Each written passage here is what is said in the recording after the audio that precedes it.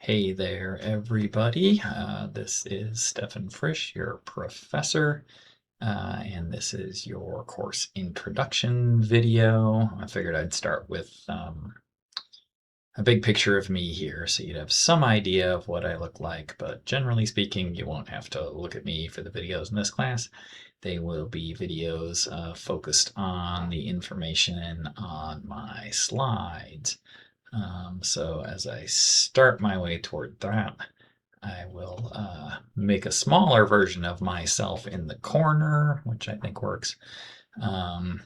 But most of the videos you won't have to look at me at all. It will just be me and my delightful voice. So this is CSD2260, Anatomy and Physiology of the Speech and Hearing Mechanism, one of the pre-major courses for the CSD major, meaning this is one of the first classes you take if you want to be a CSD major, and you have to do reasonably well to proceed in the program. So in this class, we're going to start learning about speech, the process of communicating by articulating speech sounds being some of our basic elements of our communication system. In the case of speech, verbal communication, though there is something similar in the world of ASL and sign language in general. We make these different speech sounds using our speech articulators that we'll learn about, the tongue, the lips, moving around the lower jaw, moving around the velum, also known as the soft palate, which is kind of in the upper back part of your throat, and using the vocal folds for respiration. We'll talk a little bit about hearing because those speech sounds do stimulate the ears and we process that information. They also stimulate the eyes if you're watching somebody talk, but we won't focus on that too much here. All of the power for speech production comes from the lungs, so we will talk about respiration, and it all gets controlled by your brain, so we are going to talk about neuroanatomy as well. So the stuff that you are going to learn in this class would be lots of different structures, and their functions, lots of different muscles and what they do as part of the speech production process. We'll talk a little bit, though you'll learn more about this in other classes, as to how all this goes together to communicate through language, which isn't quite the same as speech. Language is a little bit more abstract. Speech is more the actual act of talking like I'm doing now. We will talk about the nervous system as it relates to speech communication and also to the eating function of chewing and swallowing. That is part of what speech language pathologists do. And for each of these areas, we'll have a fair amount of precise technical terminology. So I use a phrase like the brain to talk about it in general, but as part of the first part of this class, we'll get into all the different subparts of that. The cortex, which is probably what you visualize when you think of the brain, the cerebellum, the brain stem, a variety of other structures under the cortex, nerves, and so forth. A few general things, since this is relatively early in the CSD major for most of you, though I know we have a fair number of students that take this class as elective in other majors or for other reasons. But I do have some links here, and I provide the PowerPoint slides for you on the Canvas website for the class as well. So if you download those slides, you can click on these links to check these things out. Information on the CSD major if you're not already thinking about it, but you decide this class is interesting and you might want to. There's a student group for CSD called NISHLA, and there is a chapter here at App State that you could join if you want to get a little bit more involved in things other than your coursework related to communication sciences and disorders. And then I have some other links about careers you can get into after doing a CSD major, other allied health related careers if you were thinking about CSD, like the general idea of healthcare, but decide this isn't the right thing for you. And then also App State has a general career page for all the different things you might decide to major in and related careers that those things might have. So for this class, I will post announcements regularly. I believe these things will also be sent to your university email, though there may be some settings that affect that if that's not happening for you. Course is broken up into a variety of units. Each unit has content in it, and there's a bunch of different ways you can get access to that content. We have a textbook, and we have the class kind of organized by the chapters in that textbook, so you can read those textbook chapters to get information.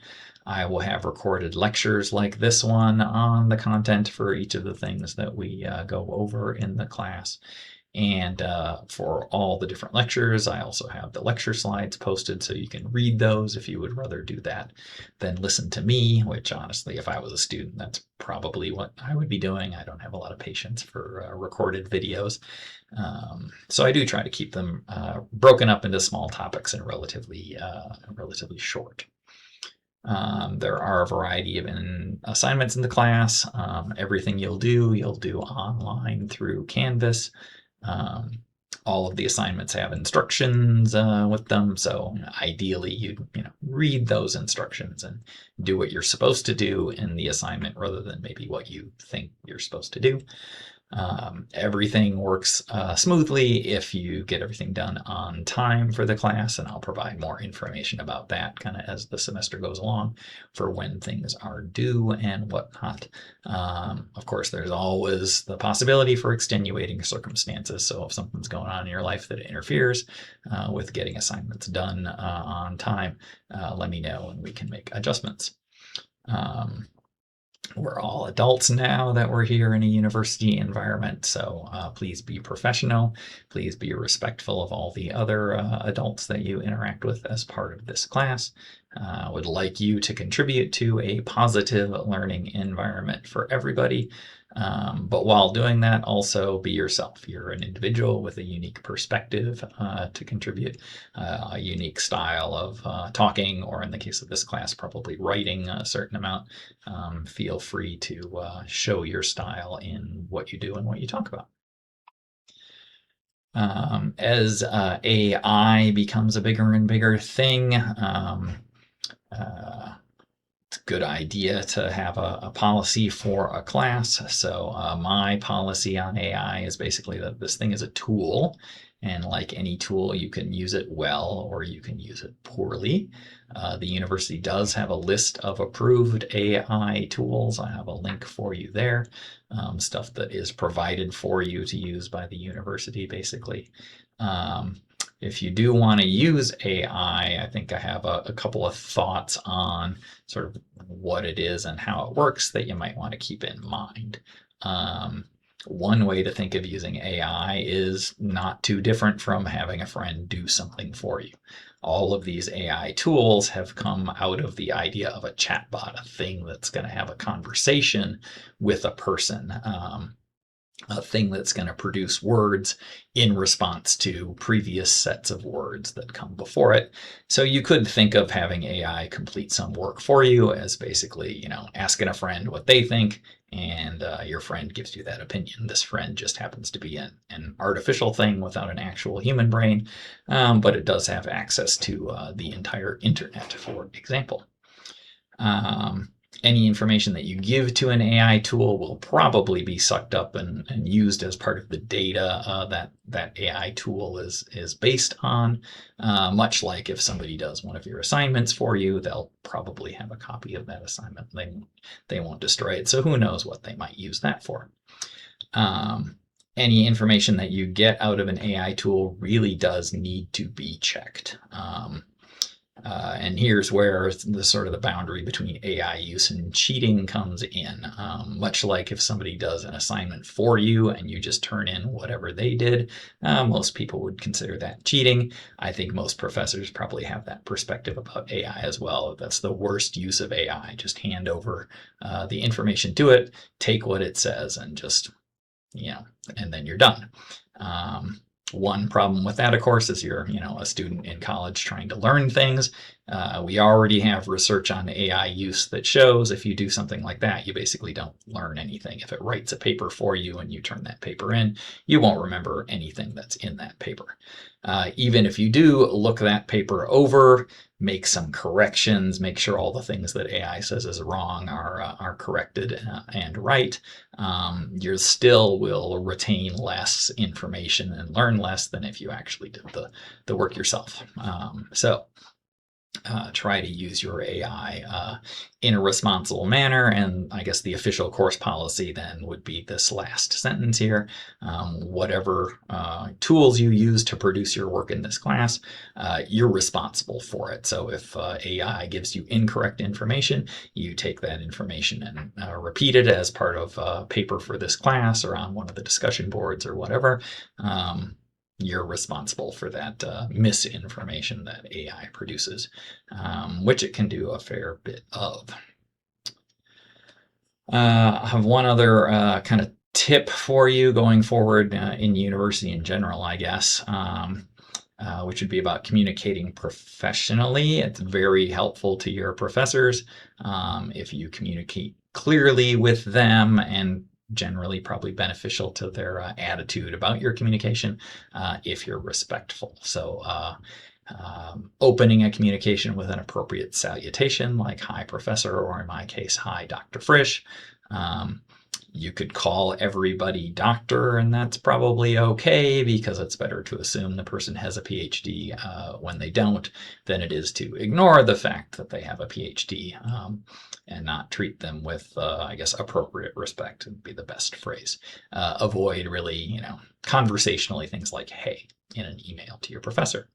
It's a good idea to use your App State email to do that communication as opposed to your personal email, which, who knows what your personal email handle might be. I have one, for example, that has the word tennis in it because I'm a tennis player, so I probably don't want to use that for my professional communication. It's always good to include a subject line in your email because that's the first thing we'll see and will get us an idea of what information you might be looking for. In your email somewhere, whether it's the subject or elsewhere, you want to provide us with enough information to help you as easily as possible. The easier you make it for us, the more likely you'll get a prompt response with the information you need. So let us know which class you're asking about. If it's about a particular assignment, let us know which assignment that is or a particular book chapter. So really general phrases like "this week's class" or "I was looking at the homework" with no specific information about which one or which class, we then have to go and hunt and figure out which class that is and what you're asking about, rather than having you, provide us with that information and make it simpler. Because I've got 3 different classes I'm teaching. They're all in the area of kind of speech and language, so they're somewhat similar in terms of their content. All those classes are going to have different assignments and quizzes and exams and whatever. So amongst the over 100 students I have across all of my classes, I don't necessarily know off the top of my head exactly who is in which class. This is also helpful information for those of you that are in CSD or another field where you're likely to go to graduate school for professional training. If you want to be a clinician in speech or hearing, you do need to do that. So this kind of communication is also really helpful if you want to ask somebody for a letter of recommendation. Remind us of which classes you were in and when, so we can access that information about you for your letter. And as a further bonus of good communication like this, a lot of times the recommendations have some sort of form where we're supposed to rate you on how good your verbal communication is, how good your written communication is. So communicating well with your professors is a great way for you to get a good rating for this communication aspect of your reference. All right, so my job as your professor is to try to help you with and explain all the course readings, the information in the textbook, the stuff that's on my slides, which is kind of the first step in helping you understand the information that's in the textbook. Of course, any assignments I ask you to do should hopefully be explained clearly by me, but if there's something you don't understand, you can certainly ask about it. Any course-specific technology is something I would have to help you with. I may or may not be able to help you with your own computer, depending on what type of computer it is. So, whether something is course-specific technology or not is a little bit of a question. You can always ask, and if I can't help you, I'll tell you I can't help you. And there are some more general computer assistance services on campus in the computer labs. So we might be able to get you hooked up with somebody that can help you out and get done what you need. I am available to meet with you all in person if you're in Boone, by video chat like over Zoom if you like, if you're not in Boone, or of course you can send me email if you don't mind writing stuff out. I'm old and in the generation probably where email is our primary form of communication. Another thing I like about email is it gives me a written record. It gives me something to refer to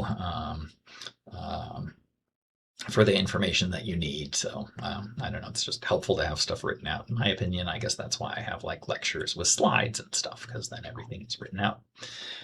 You can expect all your assignments to be graded fairly. It doesn't necessarily mean you'll like what your grade is, but I should treat everybody equally and not call a thing a mistake for one person, but not for another person. I've also tried to give you different ways to demonstrate your understanding of the material in the course, which hopefully translates to your grade in the course. Since this class is anatomy and physiology, it does involve a certain amount of just lots of things that you have to know. You could call that memorizing, or at least organizing and referencing all that different information for all the different bits of the human body we're going to talk about and what they do. Most of your test type stuff in this class is multiple choice taken online, and that's not a terrible thing to practice because currently clinical certification in speech language pathology and audiology includes a kind of capstone multiple choice test that you have to take and do decently on before you get clinically certified. To help you with this, I have lots of quizzes in this class that are much like the exams and the types of questions they ask and the information that they ask about. So you can use those quizzes not just to get some points for your grade for making an effort, but it also can be used to help you learn and to help you, like I said, practice those exam type questions before the actual exam comes along. Outside of the quizzes and exams with all the multiple choice stuff, there is one kind of capstone assignment to write an essay or record a presentation about a communication disorder and its relation to anatomy. And we'll also have discussion boards along the way in each of the units that give you a chance to talk about the content of the class as it relates to various medical and social topics in sort of a slightly different format where you can explore different ideas. And again, as I said earlier, kind of be yourself and show your personality a little bit in a way you don't get to in other assignments. You as a student are expected to follow the App State Academic Integrity Code at all times. I've got a link for that in the slides. If you're not familiar with that, you can go take a look. You should ask questions if there are things you don't understand. You should reach out if you need help, and that's not necessarily limited to course help. If you have other things going on in your life that are making it hard for you to do your best in this course, you could let me know. Like I said, deadlines for things can be moved. I don't really need to know details of what's going on. Don't particularly want to know details of what's going on, to be honest. But if you've got issues that are making it hard for you to complete a unit on time or something like that, you can let me know and we can discuss how to get you back on track and get the course finished without needing to do something like an incomplete, which is a hassle for everybody. On the other hand, if that's what we need to do, that's fine. There's nothing wrong with that. Stuff happens in life. Stuff happens to me too. So you might get an email message about things that are going on in my life if that's keeping me from doing what I need to do for the class on any particular day. Related to the general idea of help, the university does have food and supply pantries. There's one in Leon Levine Hall if you're here for other classes, which you will eventually be if you're a major in the health sciences somewhere. That's on the first floor off of the atrium. You're welcome to go in there and get whatever you need. Last time I saw it, the door was just open so you could walk in there. But you may need to swipe your ID card to unlock the door and get in, depending on exactly how it operates. I think it changes from semester to semester, and I don't necessarily keep up with it because I'm fortunate enough that I don't need to use that resource. There's a lot of material in this class, so be sure to study often. The material is cumulative. It's going to build up over the course of the semester. So if you start getting things under your belt early, that'll make it easier for later. Based on a student taking a full-time course load and having taught this class a fair number of times at this point, I estimate somewhere between 6 and 9 hours per week working on this course. That includes watching these lecture videos and doing any of the assignment work that we have, reading the book, looking over slides, working on your notes, all that sort of thing. We have a course schedule that has all the topics we're going to cover and when we'll be working on various assignments for the course. That's available through a link on Canvas, and I'll update that if needed. We might change the schedule if classes get disrupted. We have in the last few years had COVID throw everything off, a hurricane come through and throw everything off. So it's not impossible that something dramatic will happen that might affect people's access to the internet from wherever they may be, and so that would obviously impact your ability to work in the class. So hopefully nothing like that will happen, but if it does, I will try to communicate any changes to the schedule as best I can. As I've already said, I've tried to kind of diversify what we have in this class, so a bunch of different resources to help you learn. It's kind of up to you, though, to figure out what works best for you. I do think different things work, better for different students. So I've got these recorded lectures that you can listen to and take notes out of. I've provided you with the PowerPoint slides. You can look those over and take notes off of those. You have your textbook, which has probably more information and more detail than we're going to really cover in this class for the most part. But for the most kind of comprehensive understanding of all the material, the text is what I based my PowerPoint slides on. So, that's kind of the authoritative information source for the class. If you take some notes, it's very helpful to rewrite those notes or reorganize those notes in some way that makes sense to you. It's beneficial in processing the information, helping you remember stuff without really having to study. As I've mentioned, we have those quizzes. They are available online. They are repeatable as many times as you like all throughout the semester.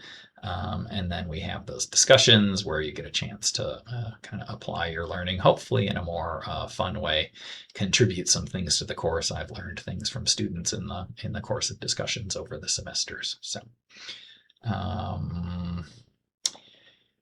we will be covering the textbook in order, apart from going ahead and doing neuroanatomy in the first unit. If you look at the book, there's a little bit of neuroanatomy in chapter 1, and then it comes back to it in chapter 11. Rather than break things up that way, I'm going to go ahead and do all of neuroanatomy right off the bat to get us started. The exams in this class will be the majority of your grade. There will be one for each unit as well as a final exam. All the exams are multiple choice. They're open book. You take them through Canvas. They do have a time limit though, so you can't necessarily look up every single question I ask you. It will be helpful to know some information off the top of your head, and hopefully as we cover information, it'll maybe get repeated enough that you'll learn some of it without having to really study. As I mentioned, quizzes let you practice for those exams, and I would take that recommendation seriously. Take each of the quizzes a few times to see some different questions that you might get asked, or to see the kind of range of types of questions you get asked on an exam. You have one essay or presentation as kind of a capstone thing due at the end of the semester, connecting anatomy to some kind of communication disorder. And the rest of your grade is through learning activities. Basically, the quizzes and the discussions are ways to learn about the material while doing things as part of your grade. So this is kind of your effort part of the class. You can put as much time and energy into those quizzes and discussions as you like, and ensure that you get full points for that, which will help balance out points for other things like on exams where you probably won't get 100%. The exams have a due date after which the exam will be closed. As I've mentioned, that due date can be adjusted if needed, however. The quizzes have due dates, but that is really more a reminder to keep you on schedule and going through the material of the course, about one quiz per week. Those quizzes will stay open the entire semester, though. For example, because there is a final exam that's cumulative. So when we get near the end of the semester, you might want to go back and take some of the early quizzes again to remind yourself about some of the material. The discussion boards will have a couple of due dates, one for you to make an original informative post, and there will be more instructions for each one as we go along through the semester. And then there will be a later due date for making some sort of comment or some sort of reply to anybody to make the discussion at least a little bit of a discussion. Kind of hard to have a good discussion in an online asynchronous course. So that's what we'll do here. I often get asked how to prepare for exams, and I've probably said most of this already. It's a good idea to study regularly, and in fact, science backs this up. Each time that you sleep, stuff in your short-term memory gets converted into long-term memory, so that you'll remember it in the future. So it's better to study regularly than leave it all in one big pile, say right before an exam. As I've mentioned, if you take notes, rewriting and reorganizing those notes is helpful, a way to study without really studying. If you just read something, that's one way of processing, but if you're writing, then that's another way of processing. If you're taking that writing and rewriting and reorganizing it, you're processing that material yet once again. The more different ways you process material, the better you'll remember it. As I've mentioned, the quizzes give you good practice for what sorts of questions you're going to get from the exam. All the quizzes in the class do draw questions from question pools. They can be taken multiple times, so you'll see at least some different questions each time you take it, I would think. The computer will remember what the best grade you got was. So once you got 10 out of 10 on a quiz, that's locked in forever, no matter how many more times you take the quiz, whether you actually finish it or don't, or whatever. And then for those exams, be prepared, have some organized notes handy, have the book chapters available for reference in case I ask you something kind of obscure that I didn't talk about a lot elsewhere that you might need to double check or look up. All right, so going forward from here after this rather long video, send me any questions that you have about the course schedule or about grading or anything else. I have a little syllabus quiz that has a few different kinds of quiz questions on it to ask you various things about the class, sort of a low stakes way to start getting some points in the class and remind yourself of some of the things we're doing in here, course policies, etc. And then we have an introduce yourself discussion board where you can say hi and talk a little bit about yourself. I've already put my introduction on there, and the course is open, so a few other people may have already jumped in. In addition to introducing yourself, you'll be responsible for replying to somebody else's introduction. So this is a chance for you to maybe find somebody with similar interests to you who's in this class that you can get to know a little bit better. And again, for the CSD majors in the course, which is the majority of you, these are folks you'll have in your other classes, either this semester or going forward in future semesters. We will start with Unit 1 content on Wednesday of the first week. So there will be lecture videos for different sections of Chapter 1 that we're going to cover. You could take notes out of those. For most of the lecture topics, or maybe I should say some of the lecture topics, there might be extra handouts that focus on particular topics, much like my messages to you do. I will recommend that you read the book chapter and make revisions of your notes based on that information if you're really looking to get as much out of this class as possible. And then for that first week of Unit 1, we have a quiz called Basic Elements that'll cover the Chapter 1 material apart from neuroanatomy. And then starting in the second week, we'll do neuroanatomy, and things will kind of be the same. Lecture videos, chapter from the book, maybe some handouts, some quizzes related to that information, and then a discussion board. Our first one on kind of content from the class will be related to neuroanatomy. It'll be on the topic of neurodiversity. And then 3 weeks from now or so, the first unit exam will be open. That will be an exam on that introductory material from Chapter 1 as well as neuroanatomy from Chapter 11. All right, so that's my verbal introduction to the course along with these slides. And I will see you all virtually over the course of the semester.